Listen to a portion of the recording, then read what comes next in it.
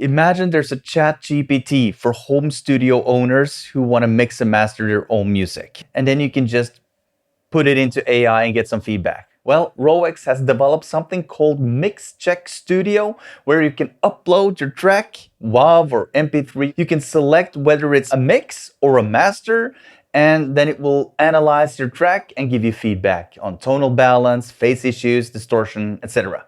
Look at this. Right, so just to prove that it's free, I'll go into incognito mode on my browser, like so, and I'll search up Roex Mix Check Studio, like that.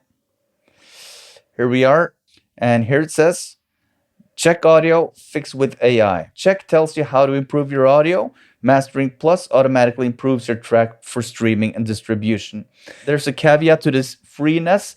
It will give you feedback, but it won't fix the problems for you. That's a paid version, but stick with me here. So let's upload a file, and I have a file that a friend sent to me. Here's both the mixed and the mastered versions. Is your track mastered? Yes. This was mastered. And what services do you need? I'll just need a check. And then I can select the genre style. Now I know that this is a hip hop. This is a hip hop track. Now it's analyzing. And while we're waiting, here's an ad for Automix, which I have reviewed right there in this video. You can check that out. Really nice feature. You can get up to, I think it's 15 or 16 tracks. You can have it mixed for free. If you have more tracks than that, you will have to pay. All right, here's the report. Let's see. There's some minor clipping going on. It has mono compatibility. The integrated loudness is minus 10.8, which is decent, I think. The true peak is 1.1, and that's a problem because that means that there's some digital clipping going on that you don't want. There's no phase issues. Stereo field is normal.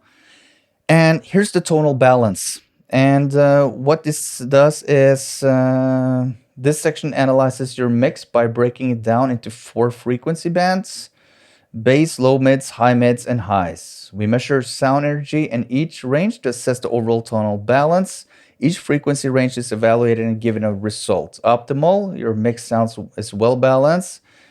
Too low, the frequency range is quieter than ideal, or too high, this frequency range is louder than ideal. And here we see that the bass is a bit too high, and the mid-range is too low, and the highs are optimal, sort of.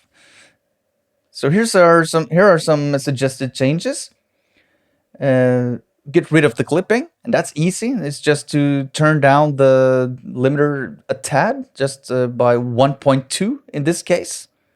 Loudness, you can probably safely ignore this unless there's some issues going on. And when I listen back to it, I'm not going to play it back now because I don't have the permission to play back. It's an unreleased track, but I heard in the song that there's some clipping going on that I didn't like. So I would have done this again.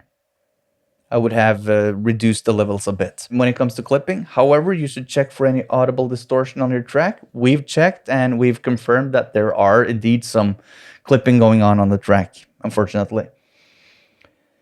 Now, when you see here that there's too much bass and not enough mids, it's typically an indication that the perceived loudness will appear as quieter than the mix actually is. Even though the LUFS say something else. The best step here is to correct the tonal balance, and that will fix all the other problems. That's my theory. Let's see what else it says. It looks like your master track will be played 3.2 decibel quieter on music streaming services. It will be played a lot quieter on Apple Music, but it's always recommended to master your song as loud as possible. Anywhere from -10 to -6 is preferable. The streaming services will turn your music down.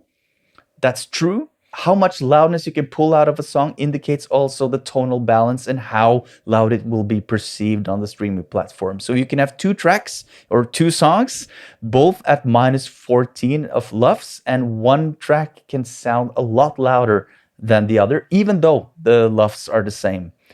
Tonal profile boosts low mid and high mid frequencies to balance out the tonal profile, and that's the first thing I would do in this.